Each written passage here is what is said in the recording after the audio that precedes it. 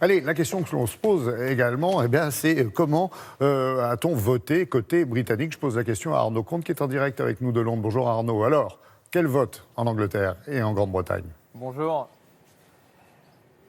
Alors vous savez Laurent, il n'y a quasiment pas eu de campagne ici parce que le Royaume-Uni n'était pas censé participer à ces élections européennes. Je vous rappelle que le Royaume-Uni devait quitter l'Europe le 29 mars dernier, qu'il y a eu ce fameux report du Brexit et donc il a fallu organiser ce scrutin un petit peu à la hâte, à la dernière minute. La campagne a été totalement invisible et l'un des seuls qui a fait campagne finalement, c'est Nigel Farage et son parti pro-Brexit. Vous savez, Nigel Farage qui avait milité pour le Brexit, son parti avait disparu quelques semaines après le référendum il y a 3 ans et il est réapparu il y a quelques mois en essayant de surfer sur la colère des Britanniques, sur la colère des électeurs qui depuis 3 ans attendent que le Brexit soit délivré.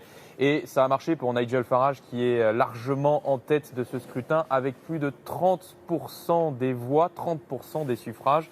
Et il faut souligner aussi que c'est une claque pour les partis traditionnels. Le parti conservateur évidemment qui arrive en 5e position seulement avec moins de 10% des voix.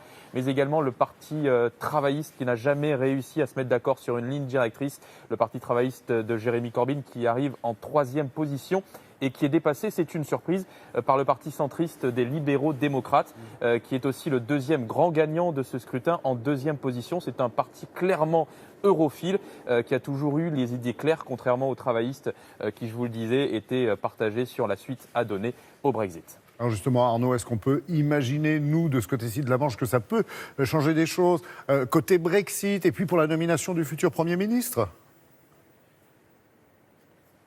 Alors oui, évidemment, cela va changer des choses. Alors pour la petite anecdote, il faut savoir que Nigel Farage, lors de ses derniers jours de campagne, disait clairement un petit peu sur un ton provocateur aux caméras qui le suivaient qu'il allait être le plus court député européen de l'histoire de Bruxelles, qu'il entendait très vite tout faire pour que le Royaume-Uni sorte de l'Europe. Vous savez que Theresa May a démissionné vendredi et c'était sa crainte, justement, sa crainte, c'était que ce Brexit ne soit pas délivré, que cela engendre la colère des Britanniques, elle qui avait pourtant voté pour le Remain, pour rester dans l'Europe, mais elle savait qu'elle se devait de respecter le choix des urnes pour éviter justement que les partis traditionnels, que son parti conservateur, soient sanctionnés parce que les Britanniques ont voté à 52% pour sortir de l'Europe et donc Theresa May a toujours affirmé comme un leitmotiv qu'il fallait vraiment que le Royaume-Uni sorte de l'Europe pour respecter ce vote-là. Alors, le problème va être le même pour celui ou celle qui va lui succéder.